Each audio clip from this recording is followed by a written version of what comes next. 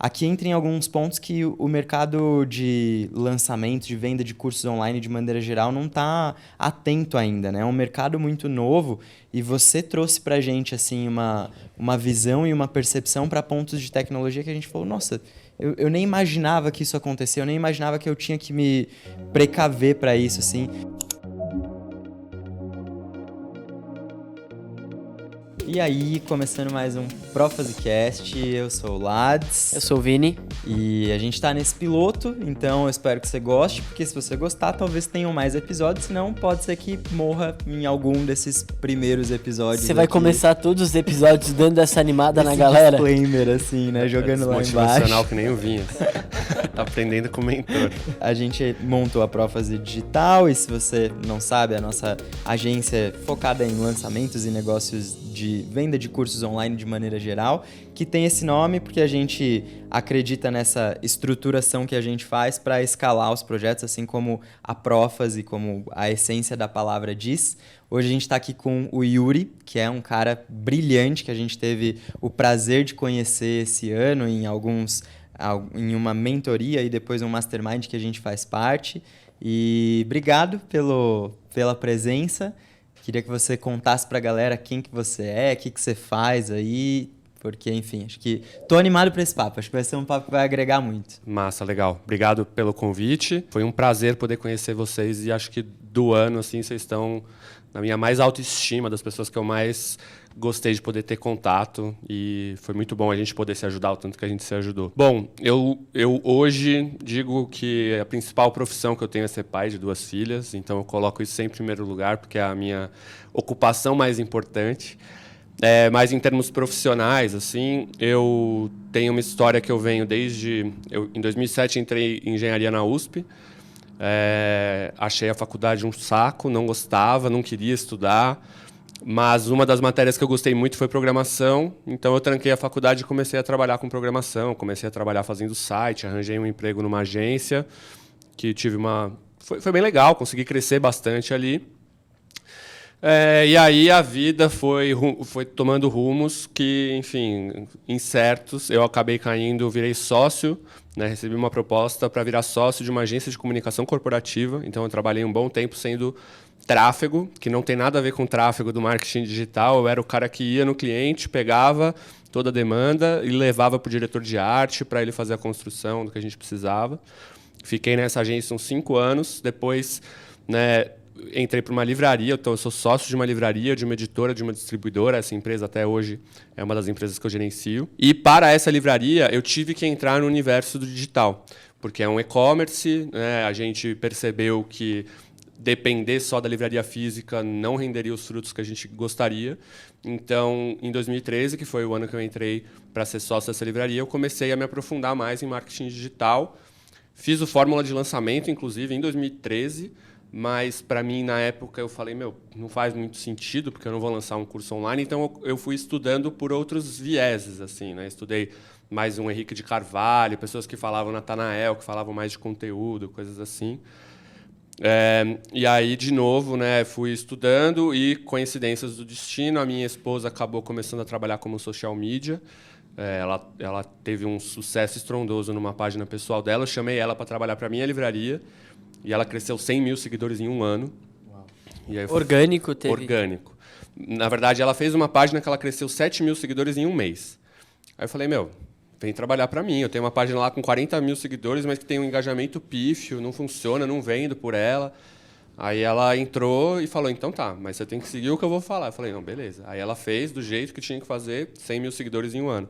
E aí, por conta desse resultado dela, ela começou a ser abordada por algumas pessoas e uma dessas pessoas, ela teve a ideia de lançar. Então, na verdade, veio dela. Ela falou, vamos lançar um curso da Márcia De Luca, que é uma profissional de yoga, meditação, ayurveda, que é uma temática que tem a ver com as temáticas que eu trabalho na livraria. Eu falei, cara, pode até ser, mas assim, eu fiz o Fórmula em 2013, eu não lembro nada, não estou muito por dentro desse universo. Aí eu fui falar com um amigo meu que estava mais por dentro, ele deu um suporte nesse primeiro lançamento. E aí foi em maio de 2020. A gente investiu R$0 e fizemos um 6 em 7 no primeiro lançamento. Uau! Aí eu falei, nossa, é muito fácil, né? Essa história de digital, você não faz nada e vem um 6 em 7. E aí a gente fez inclusive, nesse caso, era uma entrega que ela ia ter interação próxima com os alunos. E aí ela falou, fecha essa turma, eu não dou conta, já tem 400 pessoas, eu não vou conseguir atender todo mundo. Aí a gente fechou e lançou o mesmo curso, turma 2, na semana seguinte, fez um 6 em 7 de novo. Aí eu falei, vou nadar de braçada, né, nesse universo. Beleza, aí 2 meses depois a gente foi lançar ela de novo, aí foi 80 mil, a gente chegou a investir uns 2, 3 mil reais, aí veio 80 mil de retorno, eu falei, opa... O segredo é não investir. Talvez melhor depender só do orgânico, enfim, aí a gente foi entender que era a demanda reprimida, e nesse momento foi o momento que eu comecei a falar, não, preciso me aprofundar realmente. Aí esse cara que tinha dado suporte para mim falou, cara, um lugar legal de você entrar é o curso da Ellen, o Plano V.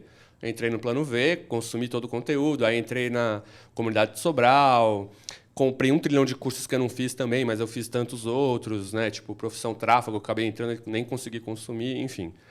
E aí, no final do ano, veio a oportunidade, né? Grativé abriu as portas e eu estava justamente num momento que os lançamentos estavam rolando, estava dando ROI, mas, né, tipo, eu investia 5, voltava 40, que é um resultado bom, mas eu não tinha coragem de escalar, eu via que faltava um direcionamento melhor.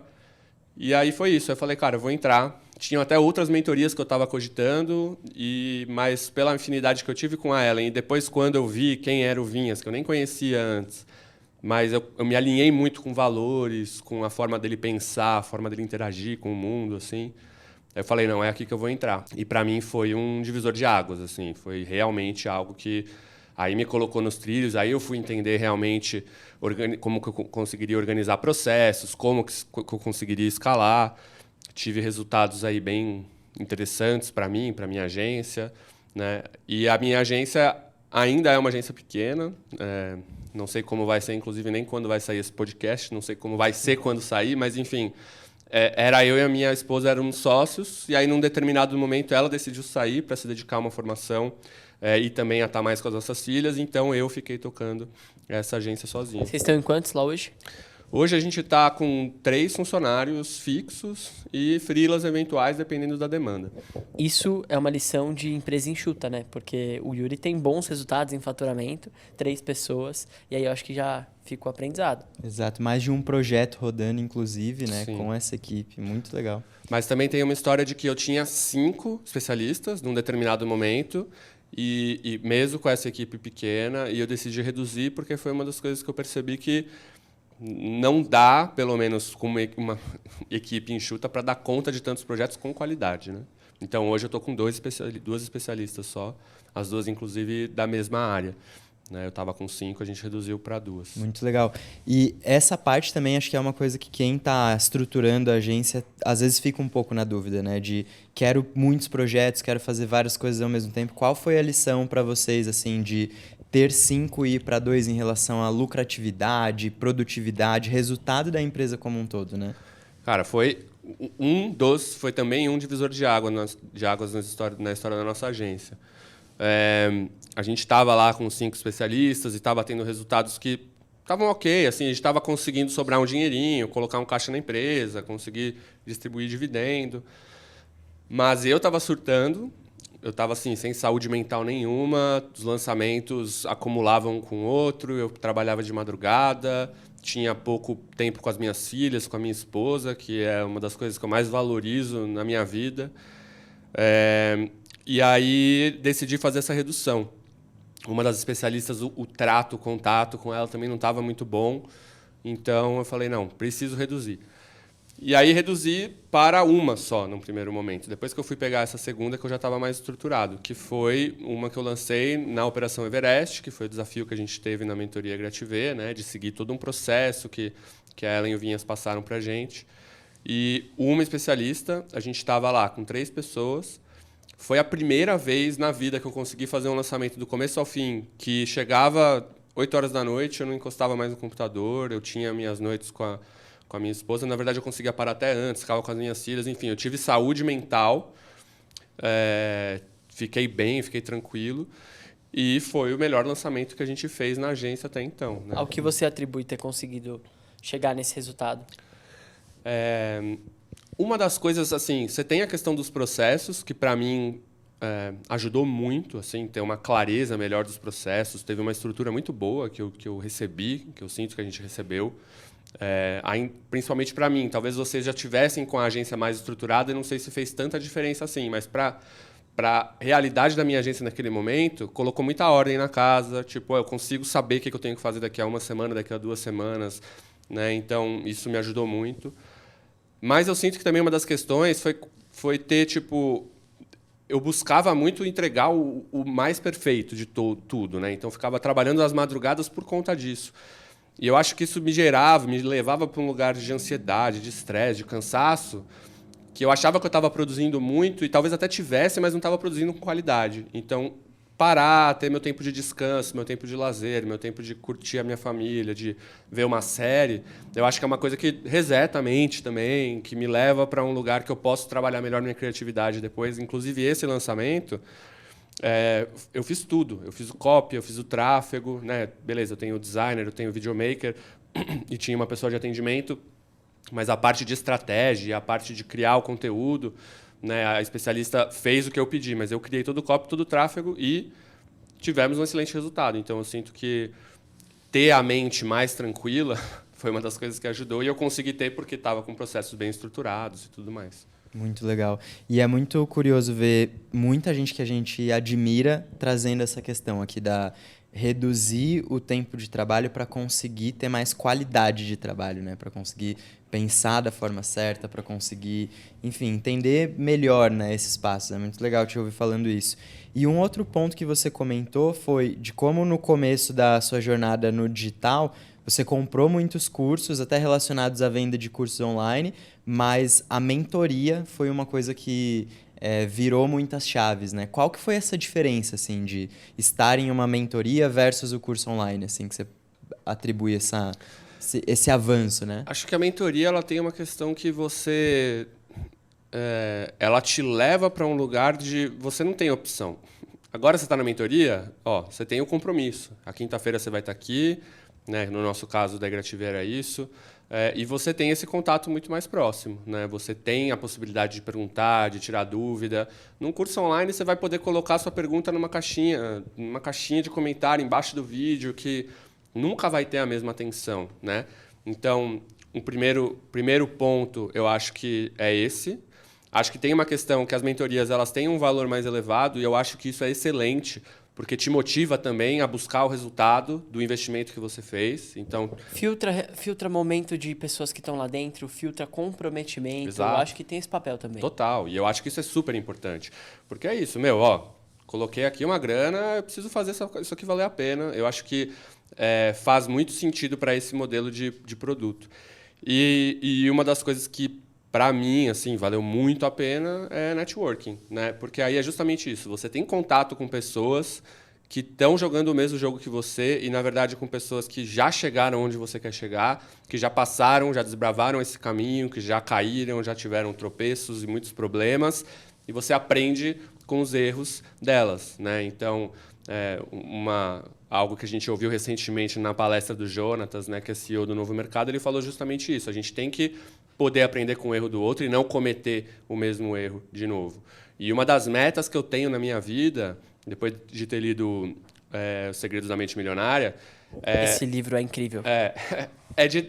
De ser o cara mais burro da mesa, de buscar essas mentes mestras, de buscar essas pessoas que já chegaram onde eu quero chegar. E, claro, eu sempre quero poder contribuir, trazer um pouco do meu insight, do meu conhecimento, o que eu puder ajudar. É algo que eu adoro fazer, de poder contribuir na vida das pessoas. Mas eu busco estar num ambiente que eu não sou o cara mais inteligente, ou que eu não sou um dos caras mais inteligentes. Porque aí sim eu vou poder crescer mais. E também num ambiente que são pessoas que têm o mesmo foco. Porque o nosso clima, né, o universo que a gente está inserido do marketing digital, ele é muito peculiar, ele é muito diferente. Então, se eu falo para um amigo meu que eu investi 30, 40, 50 mil reais em anúncio num lançamento, ele fala, mas ele acha como que você está assim? rico primeiro, né? O primeiro é isso, ele fala, nossa, o Yuri vai agora pagar todas as contas quando a gente for sair. E segundo que ele fala, mas aonde? Lá na ferramenta, no gerenciador de negócios, do Facebook, do Google. mas como assim? Você coloca dinheiro lá dentro, você tem retorno? E as pessoas não entendem. Então, ter pessoas que estão falando o que você está falando, estão entendendo o que você está falando, e estão jogando o mesmo jogo, e tem pessoas, né? O máximo que eu investi no lançamento foi R$40 mil até agora. E eu conheço pessoas que investiram milhões, né? O próprio Vinhas, nosso mentor, 1,5 milhão no lançamento. Eu investi 300 e já achei loucura. Então, em um único lançamento. Então, pronto. Um dia eu chego lá. E Yuri, eu vejo que tem muita gente que tem dificuldade para essa parte de networking, né? E eu mesmo, assim, eu sou uma pessoa introvertida e muitas vezes era difícil para mim me colocar e encontrar uma forma que eu me via assim relevante para, enfim, conseguir gerar conexões assim de valor com outras pessoas. O que você acha que pode ajudar as pessoas nesse processo, assim? Porque eu vejo que é uma coisa que você tem uma naturalidade muito grande. Eu também queria saber se sempre foi assim. E como desenvolver isso, como melhorar isso para quem não faz isso tão bem, visto que é uma coisa que é tão necessária, não só no nosso mercado, mas para qualquer coisa na vida, né? Sim, legal. Não era uma coisa natural para mim. Na escola, quando eu era mais novo, eu era uma pessoa tímida, assim, não era o cara que mais interagia. Mas na adolescência, por questões assim, coincidências mesmo do destino, eu comecei a falar com todas as turmas, porque eu era o cara que ia bem na sala de aula, então eu era meio amigo dos nerds. Eu sempre fiz muito esporte, então eu era amigo do pessoal que geralmente não era a galera que ia bem. Enfim, eu acabei meio que sendo, muitas vezes, um ponto de contato entre galeras que não se falavam. E eu fazia comunicações. E foi por isso que eu tive bastante sucesso na agência de comunicação corporativa, porque eu tinha que fazer. Eu estava lá conversando com o presidente da Nestlé e passando por diretor de arte, conversando com diretores e tudo mais, e fazendo essas pontes. Eu acabei meio que desenvolvendo isso em mim sem querer, mas eu já parei muito para olhar isso, porque eu acho que é uma qualidade, uma característica muito importante. E vejo que tem muita gente que tem dificuldade. Eu acho que o primeiro passo do networking é a intenção genuína em ajudar a outra pessoa.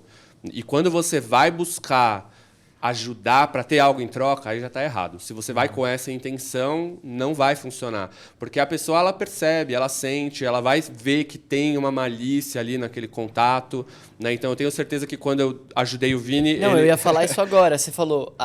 O segredo está na intenção que você coloca quando você se põe disponível para ajudar. De todas as vezes que o Yuri já me ajudou com alguma demanda de tecnologia, eu falava assim para ele, cara, tá, eu vou avançar até aqui, mas eu devo te chamar em algum momento e deve ser tarde da noite, porque eu preciso rodar isso amanhã. Não, pode chamar, eu sei, vai ser tarde, você tá rodando aí, vai ter problema, me manda mensagem. E ele realmente estava sendo genuinamente verdadeiro quando ele falava, me chama. Teve até uma das vezes, era acho que no meio de um feriado, final de semana, e aí 7h30 da noite, assim, ele entrou comigo num meeting para resolver uma situação de um código que não estava dando certo, assim. Sim. Ele genuinamente fez isso. Eu acho que esse é o primeiro ponto. Eu gosto e você tem que ter prazer em querer ver o outro se dando bem também, né? Porque eu acho que a gente está num universo que é muito ganha-ganha. É a cooperação que faz a parada realmente acontecer. E, ao mesmo tempo, quando eu tive problema na minha campanha de anúncio, eu falei com o Vini e em 5 segundos ele... não, faz assim, entrou no meeting também e foi me ajudar. Então, o networking, essa é a magia dele, né? A gente se ajuda, a gente cresce junto. E um segundo ponto, que é assim, as pessoas não sabem como começar, né? E o começo, ele não é nada... Não é ciência espacial, da mesma forma que lançamento não é ciência espacial, networking também não é. É você chamar para tomar um café. É você estar lá, por exemplo, num evento como os eventos que a gente participa, e se aproximar e falar, oi, tudo bem? Como que é seu nome? Eu me chamo tal, trabalho com isso, sei lá o quê. Às vezes a conversa flui, às vezes não vai fluir também. A gente tem muito medo de rejeição. E isso acaba sendo um problema, muitas vezes, com o networking, né? Uhum. E a gente tem que buscar...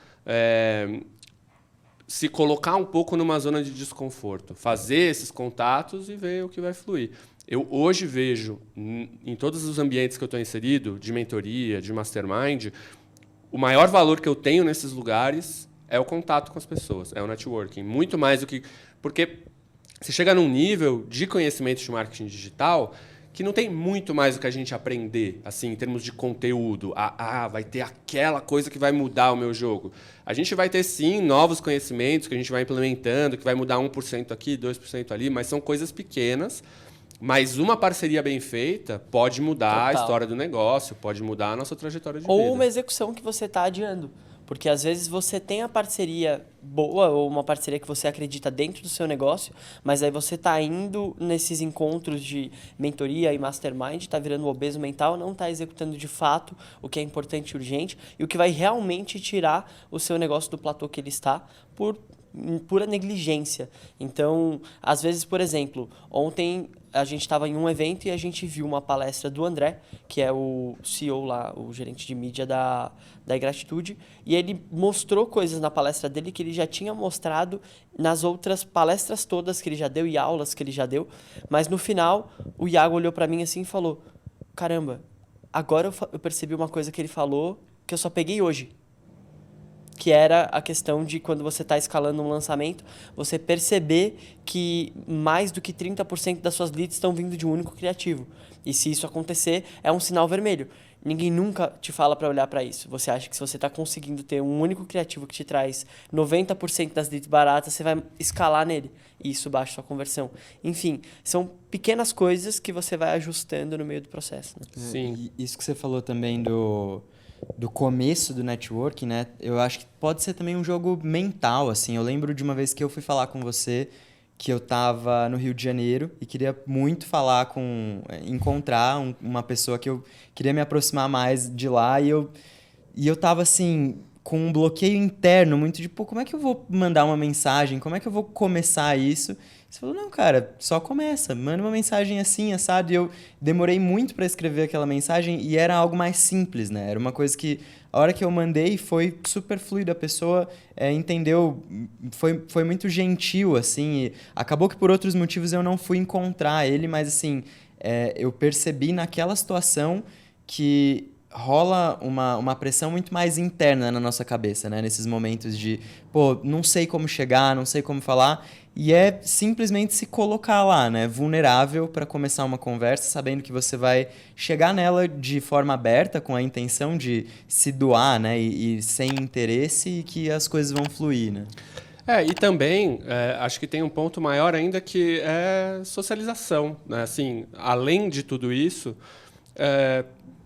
querer ter diversão, querer fazer amigo, isso também faz parte do networking. Então, por exemplo, no nosso último encontro da Craft, do Mastermind que a gente faz parte, eu fui lá conversar com o Jonatas, que é o CEO do Novo Mercado, que é um cara que eu, hoje, não vislumbro nenhum tipo de parceria possível com ele. Eu não fui conversar com ele porque eu acho que dá para fazer alguma coisa com ele no futuro. Fui conversar com ele porque ele é um cara que é professor de Krav Maga, eu sou professor de Kung Fu, ele é instrutor de Krav Maga, eu sou professor de Kung Fu, gosto muito de artes marciais, a gente tem esse ponto de contato e fui para trocar ideia. Talvez um dia role alguma coisa, mas acho que uma coisa interessante de buscar nesses primeiros contatos é buscar pontos em comum, pontos de interesse em comum que você tem junto com a pessoa. Né? Então dá para você, por exemplo, com o Rafa e falar de milhas, que é o nosso colega lá da Craft. Enfim, cada um a gente pode ter um ponto de contato diferente que vai fazer a conversa fluir e buscar esse contato porque é mais um amigo, é mais uma pessoa que você vai poder ajudar e que você vai poder contar também em algum momento É assim futuro. mesmo que acontece. Me lembrou a situação da Bia, que a gente estava num grupo de amigos e falaram assim, nossa, Vini, você já está conversando com a Bia? O Lattes está o dia todo tentando falar com ela e não conseguiu se aproximar. Eu falei, mas ela faz crossfit e a gente está falando disso. É só um ponto em comum. E aí a conversa começou, óbvio, foi uma brincadeira nesse caso, mas é exatamente isso, é um ponto em comum. Sim, É muito bom isso. isso. E eu vejo você também com essa... Eu acho que você tem um olhar diferenciado para isso, eu acho que você tem uma facilidade de encontrar os pontos em comum e explorar isso, assim. Assim, imagino que tem a ver com escuta ativa. Não sei se tem muito mais o que pensar e o que refletir sobre isso, mas assim, como aprimorar essa habilidade, sabe? Eu acho que é legal essa palavra que você falou, habilidade. É algo que você pode treinar, né? Não é um talento, não é um dom que você nasce com isso. Então, como que você pode aprimorar? Fazendo. Sim. E num primeiro momento, é isso. Lá no Rio de Janeiro, não sei como que eu vou fazer. Você se forçar nesses primeiros momentos a se colocar à prova, e às vezes você nem vai conseguir ter muita facilidade, mas quanto mais você faz, mais facilidade você vai ter. Hoje em dia eu faço muito naturalmente. É tipo, quando eu vejo, eu tô lá do lado dele já conversando, falando do assunto que a gente tem sinergia. Mas você vai conseguir ter cada vez mais facilidade fazendo. Então, acho que não tem muito segredo. É um pouco desse lugar de vou me colocar fora da minha zona de conforto, vou ali, vou tentar um approach. O máximo que pode acontecer é a pessoa não se interessar muito pela conversa. Já aconteceu tantas vezes comigo, né? Assim, você vê que a pessoa ali não flui muito papo e ok, também tá tudo certo, né? Parte para a próxima. Você tinha na sua agenda, ou lá você tinha um negócio na agenda da semana dele que era com quem eu vou tomar café essa semana. E aí ele sempre ia atrás de pessoas para que ele tomasse um café no meeting mesmo, aí no meio da pandemia, 1 hora de conversa com alguém que pudesse ser positivo, seja para a vida dele pessoal, seja para a prófase. Exato, eu tinha isso, eu preciso voltar com essa rotina, era algo que me fazia muito bem, inclusive. A gente entrou numa sequência de lançamentos e isso parou de acontecer. E o Vini comentou de situações em que você ajudou a gente nessa parte de tecnologia, e eu acho legal falar disso também, porque eu acho que aqui entra em alguns pontos que o mercado de lançamento, de venda de cursos online de maneira geral não está atento ainda, né? É um mercado muito novo e você trouxe para a gente assim, uma visão e uma percepção para pontos de tecnologia que a gente falou, nossa, eu nem imaginava que isso acontecia, eu nem imaginava que eu tinha que me precaver para isso, assim.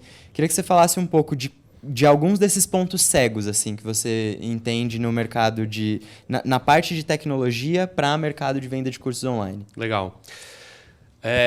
A tecnologia, conforme ela vai evoluindo, ela vai se tornando cada vez mais fácil de ser usada por qualquer um e muito por conta disso é muito mais fácil você explorar vulnerabilidades dentro dela. Então, trazendo um pouco mais da minha história, teve um período da minha vida, depois que eu entrei na programação, que eu me interessei muito por segurança da informação. Então, eu fui estudar, né, tem um curso chamado, um curso de hacker ético, que é basicamente se aprender a virar um hacker. Hacker ético, adorei. Mas a proposta é você saber como hackear sistemas, né, sites... Assalto do bem. só que de forma legal. Então, o que seria isso? Uma empresa te contrata para você hackear ela, com contrato, você tem que fazer um contrato antes de fazer isso, inclusive. E você tem tipos de hacking específicos que podem ser feitos, hackings que você já está dentro da rede, outros que você tenta invadir de fora, enfim. E aí você, no final, vai trazer um relatório de, você tem vulnerabilidade aqui, aqui, aqui, aqui, aqui. E é um assunto que me interessa pra caramba, eu gosto muito disso. Então eu comecei a estudar bastante isso e teve um momento na minha vida que eu fui abordado por algumas pessoas para ajudar em situações delicadas, assim, pessoas que estavam sendo perseguidas, hackeadas por situações políticos, sociais, enfim, que acho que nem vem ao caso aqui. Mas eu sempre estudei muito esse assunto. E aí, entrando no universo do marketing digital, eu vi que é isso, né? Hoje em dia é muito fácil você colocar uma landing page no ar, colocar um WordPress para rodar. Só que se você não faz isso com um mínimo de infraestrutura e com um mínimo de conhecimento, você fica vulnerável. Mesmo tendo bastante conhecimento, você ainda está vulnerável, mas você diminui a chance de ser hackeado, por exemplo. Então, a gente tem um colega, que eu não vou citar o nome dele, que ele estava no meio do lançamento, que ele investiu, acho que 80, 100 mil reais, que a página dele caiu porque ele foi hackeado no meio do lançamento. E aí ele mandou lá no nosso grupo de Mastermind, eu falei com ele, a gente conseguiu resolver aquilo rapidamente, não era nada muito complexo de resolver, mas é uma vulnerabilidade enorme. E aí o ponto é, as pessoas ainda não estão olhando tanto para o nosso mercado. Esse mercado, né, ele já vem crescendo há algum tempo, mas ele está ganhando mais visibilidade de fora agora. Então, os hackers também vão começar a ter mais olhar para esse mercado agora. E quanto mais a gente cresce, mais nós seremos alvos possíveis. Esse cara ele foi hackeado 2 vezes. Na primeira vez que ele foi hackeado, eu falei, agora você pega o seu desenvolvedor, coloca ele para estudar isso, isso, isso, isso, e isso, implementa isso nos próximos sites que você fizer. Não fez nada do que eu recomendei, foi hackeado de novo, o cara veio de novo pedir ajuda, eu tive que ajudar ele. Mas no caso não é que Lady Murphy no sentido de ele deu azar. Ele foi hackeado uma vez e muito provavelmente ficou algum traço ali de script, alguma vulnerabilidade que o mesmo cara deve ter hackeado ele de novo. E aí você pensa que o cara pode hackear, nesse caso ele hackeou e tirou o site dele do ar. Mas o cara pode hackear e na tua página de venda ele coloca o link do Hotmart dele. Ou um link da Eduz dele, de qualquer plataforma de pagamento, e aí você está jogando Você faz um lançamento que você investe 300 mil reais, está jogando tráfego, está fazendo tudo, só que na página quem vai ganhar o dinheiro é o cara. E depois de você explicar que focinho de porco não é tomada... É isso, a gente teve no começo da nossa jornada, lá anos-luz atrás, quase 3 anos atrás, numa conta de anúncio hackeada. Eles entraram na nossa conta, não tinha autenticação de 2 etapas ali no Face, e aí eles colocaram um anúncio de sutiã para rodar, uns negócios indianos. Tudo escrito em chinês. Porque aí o seu cartão já está na conta e isso eles gastam no teu dinheiro para anúncio de uma outra empresa. Então, isso é uma das coisas que dá para ser feito. Agora, né, vocês contaram da história antes da gente entrar do Instagram que foi hackeado e aí, né, finge que é a pessoa, coloca um monte de stories antigos. Posso contar essa história aqui até para ficar claro para as pessoas que quiserem saber como está funcionando agora. Foi uma história de uma prima de uma amiga que treina comigo. Tô falando de CrossFit demais nesses podcasts aqui, mas faz parte da minha vida. Faz parte de um crossfiteiro falar de crossfit em todos os lugares. Lógico, porque é assim que você cresce. Eu vou ter que falar que eu sou vegetariano, porque todo vegetariano fala que é vegetariano, também pronto. Mas, enfim, indo ao que interessa, ela teve o Instagram hackeado. Só que ela teve o Instagram hackeado com a autenticação de 2 fatores ligada. E aí você acha que quando você cumpriu aquela etapa que a ferramenta te dá, você deixa de estar vulnerável. Só que não é. O que aconteceu foi, clonaram o chip de celular dela, e aí conseguiram acesso ao aparelho e aí a conta de e-mail, ao código da conta que o Instagram envia e conseguiram acessar. E aí entendeu ali que o chip seguro para você poder usar é vivo, enfim, só para as pessoas poderem se precaver aí para dar o caminho das pedras para quem não quiser ter esse tipo de problema. Mas o hacker fez isso, baixou alguns stories dela ao longo das semanas cantando no carro e etc. E aí, nos dias seguintes, enquanto a conta estava na mão dele, ele colocava ela cantando no carro e depois um Pix. Com um iPhone 12, tipo, 4 mil reais à vista no Pix. Eu quero um iPhone 12 por 4 mil reais à vista. Só que assim, fake, né? Todo dia era ela e o iPhone. Ela e o iPhone. E aí, óbvio, quando tem a personalidade ali 2 minutos antes, mostrando a cara, você acredita. 10 pessoas caíram no golpe. Sim. Então, e assim, a criatividade humana é infinita. A gente sempre vê coisas novas, né? Clonagem de WhatsApp se tornou tão famosa e conhecida. Tem um cara que é bem conhecido no universo do marketing digital, para quem está nos bastidores, que é o Peter Jordan, que é porque ele tem muitos canais bem-sucedidos, né? Ele tem vários canais com mais de 1 milhão de seguidores no YouTube. E ele caiu, né? Ele foi hackeado no YouTube, mesmo tendo autenticação de 2 fatores também. Porque aí você entra num segundo ponto que é interessante frisar sobre a questão da tecnologia e das vulnerabilidades. A maior vulnerabilidade que vai existir sempre é a pessoa. Porque os sistemas vão ficando mais seguros, né? Você vem com uma autenticação de 2 fatores, você vem com várias formas de mitigar os riscos, mas a pessoa ela sempre é a pessoa que é fácil de você manipular. Dentro desse universo de hacking, você tem uma matéria, uma área de conhecimento que se chama engenharia social. Engenharia social nada mais é do que qual é a tática que eu vou usar para entrar na mente dessa pessoa para ela fazer algo que eu queira fazer. Total. Então, o Peter Jordan, no caso, foi isso. Mandaram para o canal dele um jogo para ele testar, que era um jogo super famoso, que ia ser lançado em breve, como se fosse a empresa lançando o jogo. Só que quem pegou esse e-mail não foi ele, foi um cara que trabalhava para ele. O cara baixou um executável, instalou um executável no computador e eles conseguiram acesso à conta dele. Ele perdeu a conta, depois ele conseguiu reaver, mas ele teve uma dor de cabeça muito grande. Ele não cairia nesse golpe porque ele é programador, ele entende da parada. Mas você, quanto mais vai crescendo, vai conseguindo ter essas pontas soltas, vai usar a engenharia social de uma forma que você consiga se aproveitar disso. E, de novo, os prejuízos podem ser, cara, catastróficos. Se você pegar uma empresa grande aí que está investindo milhões, você tem empresas que estão investindo milhões em lançamento e não tem site seguro. E tem site que eu olho lá e falo, cara, eu demoraria meia hora para conseguir invadir esse WordPress. Uau. E até esse exemplo que você falou, né, de como uma pessoa que trabalha com você, às vezes você não vai cair, mas outra pessoa acaba caindo. A gente viveu isso também ano passado, com a conta de Instagram de uma especialista, que um estagiário do time de atendimento viu um e-mail do Instagram falando que precisava resolver uma coisa e foi lá e clicou e pôs os dados. E assim, a falha foi nossa de não ter antecipado isso para falar, olha, se aparecer qualquer e-mail assim, não clica, qualquer um da equipe. A gente nunca tinha vivido isso também, então talvez eu, o Vini, essa especialista, teríamos essa malícia de não clicar, mas como a gente não teve esse momento de... E o problema não era só clicar, é que quando ele clicou, pediu senha. O Instagram não te pede senha fora. Nenhuma ferramenta nunca vai te pedir a senha dela fora dela, né? Sem ser na área de login. Então, essa Exato. malícia. Mas termina a história. E aí, enfim, ele clicou e pôs a senha e a gente teve a conta hackeada. É uma novela à parte essa história, mas foi algo que ensinou a gente, poxa, preciso dizer para todo o meu time, tem que ter como um padrão a partir de agora, para eles ficarem atentos a isso, né? Assim como a gente falou muito aqui da autenticação de 2 fatores, de ter em todo lugar, e para essa parte de site, para evitar um site ser hackeado, qual que é o caminho para quem está aqui na tensão, sabendo que tem casos acontecendo disso agora? Fazer um pix pro Yuri, que aí ele resolve isso. Tem várias coisas que precisam ser feitas, né? Para você ter um site realmente seguro.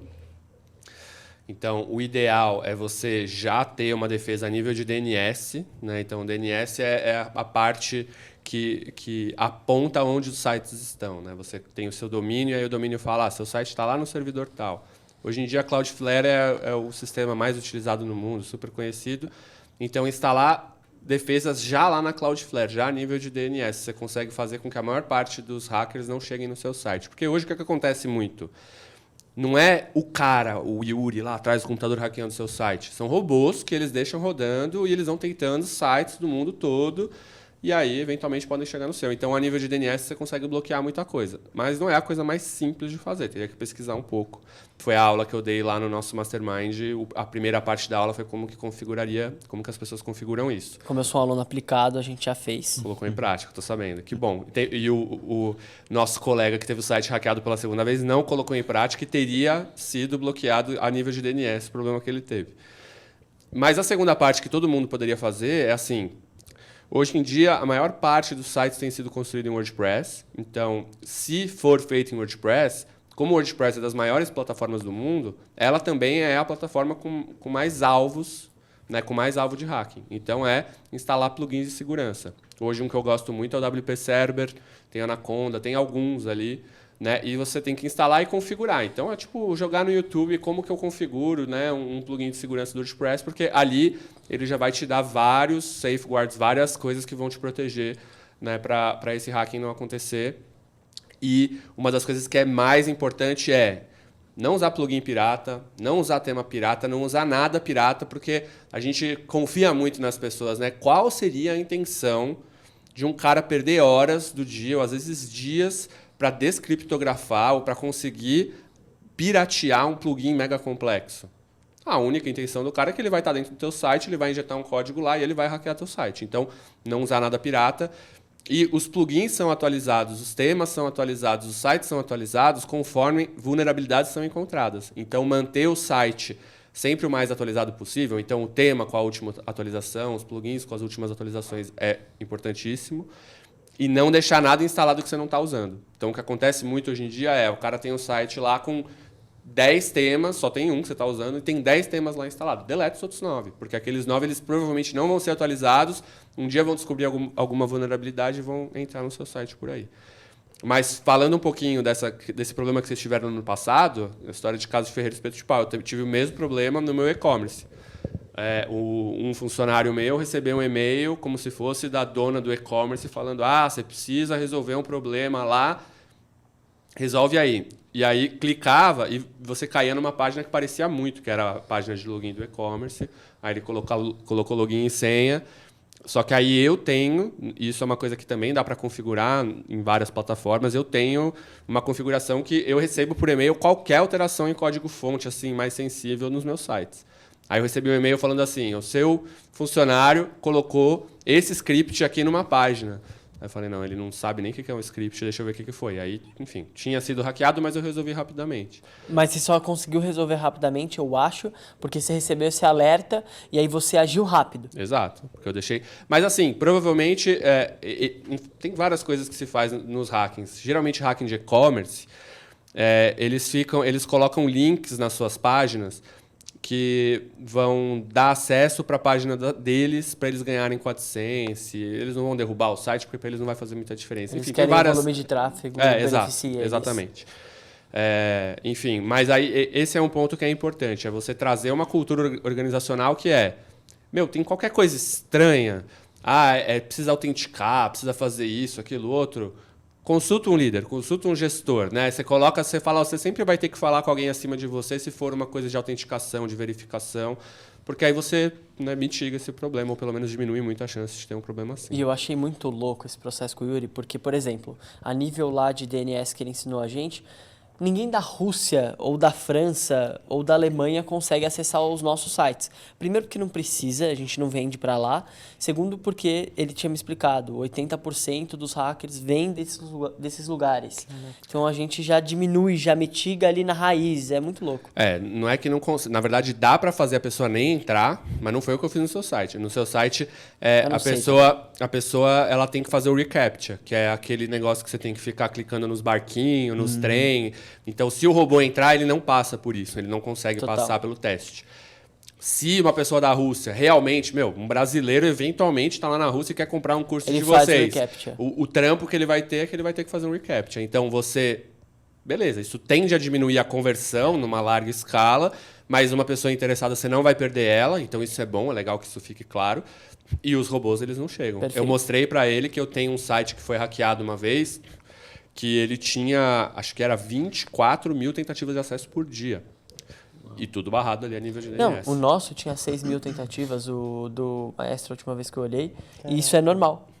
É porque é isso, os robôs, eles ficam navegando na internet. Por exemplo, vocês talvez usem o Elementor. Sim. É um dos plugins que mais se usa hoje de WordPress. Então, por ele ser muito usado, os hackers vão ficar o tempo todo tentando achar falhas. Saiu uma falha do Elementor, você tem sites hoje que colocam lá, saiu uma falha do Elementor, ela é assim, como que você explorar ela? Assim. E são sites de segurança, eles fazem isso inclusive para os próprios proprietários atualizarem seus plugins. Então, saiu essa falha, vocês ainda não atualizaram o site, ainda está na versão antiga, eles vão colocá-la no robozinho e falar, procura todos os sites que tem esse plugin instalado nessa versão. Eles vão conseguir acessar, eles vão conseguir invadir o site assim. Os robô hacker e o robô trader devem ser muito amigos, né? Dá pra ganhar dinheiro no mundo dos robôs. Os robôs são o futuro. Tô vendo. E por falar em futuro, Yuri, o que você tá imaginando para 2022, assim, do que você puder abrir com a galera? Você é alguém que cresceu muito no digital nesses últimos 2 anos, assim. Qual é a visão? Quais são os focos da sua empresa, da sua carreira? O que você está imaginando? Bom, como eu disse, o networking é uma coisa que eu sempre tenho prezado muito e eu vejo nele, né, muitas possibilidades de parcerias, de amizades. A gente fez várias coisas juntos. Então, assim, para 2022, eu estou num movimento de buscar parcerias mais sólidas, assim, né? Isso é uma possibilidade que o digital traz muito. Isso é uma possibilidade que entrar numa mentoria, no mastermind, traz muito também. Eu estar perto de pessoas que estão jogando um jogo alto, que estão jogando um jogo maior do que o meu, eu estou gerando valor para elas. Elas estão vendo que eu sou capaz, que eu resolvo problemas. Porque a grande questão é essa. Se eu resolvo problemas, se eu gero valor na vida das pessoas, no mínimo elas vão querer que eu esteja ali perto delas.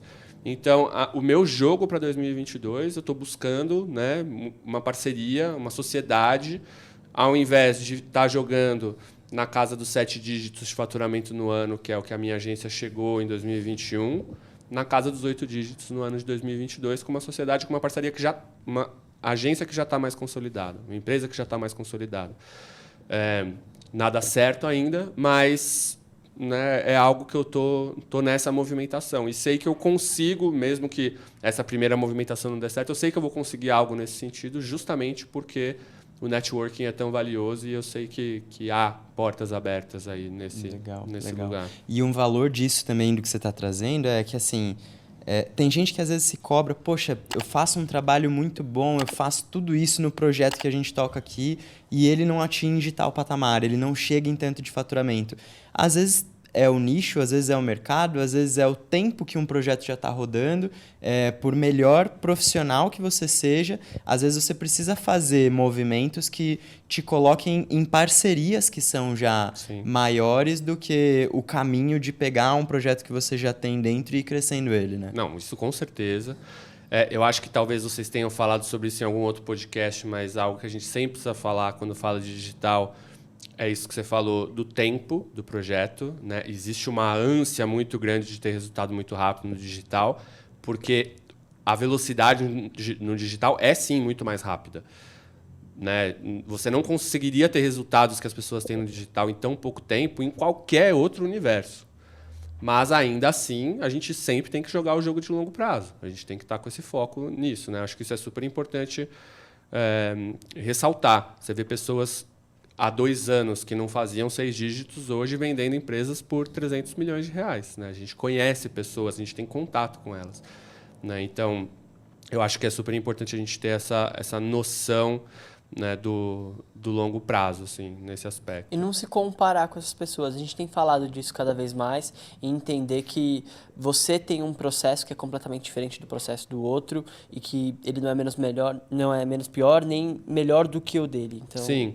Eu acrescentaria uma questão que também é entender a sua singularidade, o que você tem, você identificar que você tem valores e você tem qualidades, você tem habilidades diferentes da outra pessoa. Então, qual que é seu ponto forte? Qual que é seu ponto fraco?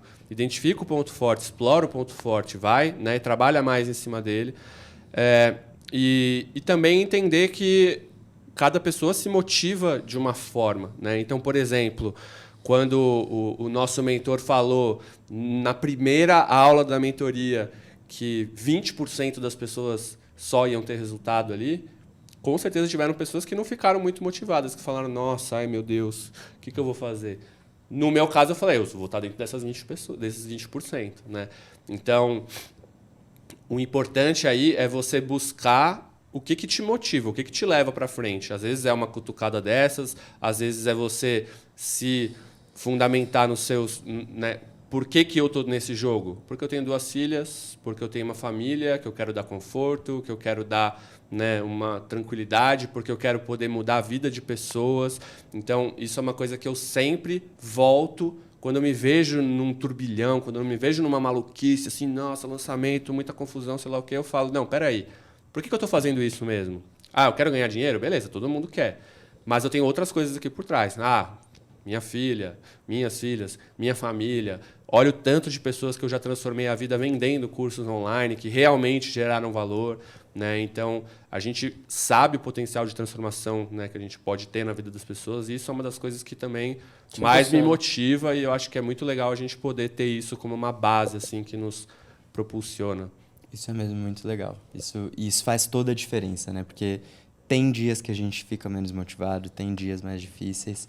E eu queria saber agora, Yuri, quem que é a pessoa que você acha que mais te influenciou para você ser quem você é hoje e por quê?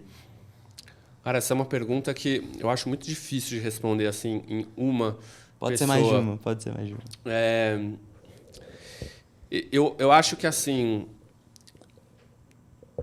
eu tenho várias referências, né? Para mim, eu tenho um mestre que eu me identifico muito, que me motiva muito, que eu admiro muito, que é o Yogananda, que é um mestre indiano que eu sinto que eu colocaria dentro desse universo. Mas eu tenho, hoje, na minha construção mental, muito mais situações da vida do que pessoas específicas. Assim. Eu vejo muito que o que me trouxe hoje foram todas as dificuldades. Eu estou num momento que eu estou muito interessado em estudar e entender fracassos, falhas, desafios e como eles são coisas que nos levam, né, à frente. Então, eu diria que meus grandes mentores de vida foram os tombos que eu tomei, né, e me trouxeram aqui hoje. Uau. Então, foi eu ter tirado um e-mail na minha primeira prova de cálculo na Poli e falar, nossa, eu achei que eu era inteligente e não sou, e agora estou sem chão. Mas e aí, para onde eu vou depois disso? Aí eu vou para cá, e ali também eu vou bater a cabeça e vou cair de novo. Então, Tem uma amiga que lançou um livro recentemente que eu achei genial, que se chama O Fracasso é apenas o que vem antes do sucesso. Então, eu acho que seria até injusto eu colocar uma pessoa ou outra. E eu acho que, para mim, meus grandes mentores são os meus fracassos. Claro que eu não quero errar a mesma coisa mais de uma vez, mas eu quero poder continuar errando, porque isso significa que eu estou me movimentando e cada erro vai me levar para um patamar acima. Então, não respondi diretamente a sua questão, mas para mim... Mas deu um nó aqui na minha maravilhoso. cabeça, eu achei lindo o que você falou. E nessa linha dos fracassos, eu sei que é o conjunto da obra, né? Mas tem algum que te vem em mente, assim, agora, que você acha que seria legal de compartilhar? Porque eu também tenho essa tara pelos fracassos. Eu também acho que eles são uma grande essência de aprendizado, assim, e que é pouco dita, assim. A gente vê muito mais nos palcos hoje a exceção, alguma coisinha fora da curva que não ensina muito. Ela, às vezes, inspira, às vezes dá um recalque de, tipo, porra, o que tá faltando para eu estar nessa exceção? Tem algum fracasso que você acha legal assim compartilhar, que tem a ver com o mercado, ou enfim, que foi algo muito importante para sua trajetória com a empresa de infoprodutos? Fracasso que justamente vai levar a gente para o momento de prófase, né, e de reorganização antes da gente começar, né, esse novo movimento. Cara, tem vários. E antes disso, acho que é legal trazer. Eu tive uma conversa no Instagram recentemente com o Lucas Puerto, que é CEO da Gratitude, né, a empresa do Vinhas, que é um dos nossos mentores. E ele estava falando uma parada lá que eu achei genial, que ele trouxe do Jeff Bezos, né, da Amazon, que todo mundo vai perguntar para ele a fórmula do sucesso. E ele fala muito da falácia que é você buscar essa fórmula do sucesso, porque não existe. Não dá para eu te falar, você vai acordar às 5 da manhã, vai comer arroz com feijão e vai fazer isso, isso e isso e pronto, você vai ter uma empresa de bilhões. Mas que você pode aprender muito mais com os fracassos. Porque se eu fiz isso daqui e deu ruim, é muito provável que isso vá dar ruim para outra pessoa também. Então, os fracassos, eles muitas vezes trazem para a gente mais, né, mais base para a gente evoluir do que sucessos das outras pessoas. Então, acho que assim, um grande fracasso na minha vida que eu coloco, que foi ótimo que aconteceu, foi a faculdade de engenharia. Porque eu era um aluno que sempre era o melhor da sala, sempre passava de ano sem estudar, me achava a pessoa mais inteligente do mundo. E passei em engenharia na USP, que as pessoas, né, falam, nossa, que difícil, sei lá o quê. Eu estava me achando, e aí fiz a minha primeira prova de cálculo, 1,5. E eu fui naquele mesmo esquema, que eu só assistia as aulas e achava que eu ia me dar bem. Eu falei, não, peraí, agora eu vou estudar, né? Rachei de estudar para a segunda prova, 2,5. De 10, tá? E aí fui e falei, não tem como. Vou gabaritar a última prova, vou estudar, vou ser o cara. 4,5 na terceira prova de cálculo. Ó. Foi um momento da minha vida que meu chão foi tirado. Assim, Sou um bosta. Completamente. Eu falei, mano, se pá, eu não sou esse cara que eu acho que eu sou. Tenho que repensar também o que eu estou fazendo aqui. E ali foi um início de uma mudança de trajetória na minha vida. Eu estava indo para um lugar de engenharia. Comecei a entender o que era aquela profissão e não me identifiquei com ela. E fui para agência de comunicação, fui para a livraria. E hoje eu estou nesse universo do marketing digital, que para mim é onde eu realmente me encontro. Eu amo, eu tenho muita paixão de trabalhar com isso. E eu não teria... né, eu não estaria aqui hoje se eu não tivesse tido esse fracasso lá atrás. Então, eu vejo que esse, para mim, foi um fracasso fundamental para me trazer onde eu estou hoje. Muito legal, muito bom. Inspirador esse momento. E só para fechar também, você tem a galera não sabe disso, mas você tem na sua tela do computador o post-it com o Memento Mori. Conta um pouco do que significa isso para você e a importância disso, por que você tem essa frase no seu computador, enfim. Legal. Esse é um tema que me interessa muito antes de eu conhecer o Vinhas, que é o nosso mentor, mas que é um tema que ele fala, né? Essa frase ele fala, que vem dos estoicos, né? Os estoicos, eles têm ali 3 jargões, 3 coisas que motivam o estoicismo, e uma delas é Memento Mori, que é lembrar que você vai morrer. É o momento da morte. né? Nós vamos morrer e o que a gente está fazendo da nossa vida? Algumas pessoas falam, é tipo carpe diem, vive a sua vida o máximo plenamente possível. E não é a mesma ideia, né? A ideia do Memento Mori é, eu estou aqui fazendo esse podcast com vocês, nesse exato momento eu posso morrer daqui a 5 segundos, tem uma parada cardíaca que acabou. Então o que eu estou entregando aqui é o melhor que eu posso entregar, é você se conectar com esse lugar. O lugar da morte também é super desconfortável de olhar, as pessoas têm, né, um certo receio, mas ela nada mais é do que o maior fracasso que pode acontecer na vida e, ao mesmo tempo, é o que mais nos motiva. Porque se ela não viesse nunca, eu não teria nenhuma motivação para agir, para chegar em algum estágio diferente, não precisaria ter escolhas, porque eu teria tempo para fazer qualquer coisa que eu quisesse. Então, ter Memento Mori ali no meu computador é eu bater o olho e ver, peraí, estou perdendo tempo com coisa que eu não preciso. É claro que eu acho que às vezes até um pouco irresponsável a gente falar, não vai ter uma diversão, uma distração, um momento que eu vou parar para fazer alguma coisa, vou ver um vídeo no YouTube que não tem a ver com o trabalho. Acho que também é importante isso. Mas a gente perde muitas vezes muito tempo com coisas que a gente não precisaria. Então, o Memento Mori eu olho para isso e falo, opa, peraí, deixa eu voltar, posso morrer daqui a pouco. Estou fazendo agora o que eu gostaria de estar fazendo com a minha vida, sabendo que eu poderia morrer daqui a 5 minutos? Sim, não. Então, ele é um grande norteador, né, de para onde eu vou e como eu vou para onde eu estou indo. Esse é o papo sobre morte, fracasso e hacker mais gostoso que eu já tive na minha vida. Assim. Muito animador. Bom. Muito. Yuri, obrigado pela presença, muito Imagina. legal. Acho que vai agregar muito para todo mundo que está assistindo.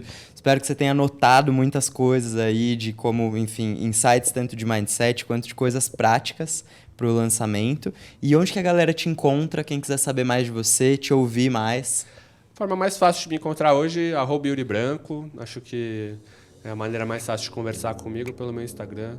Né? Antigamente eu ia passar o meu número de CQ, mas a gente está num outro Aí momento. denunciou a idade, né? Obrigado pelo convite, gente. Foi um prazer estar aqui com vocês. Imagina, o prazer é todo nosso. Tá bom. Valeu, gente. Valeu. Tchau, tchau.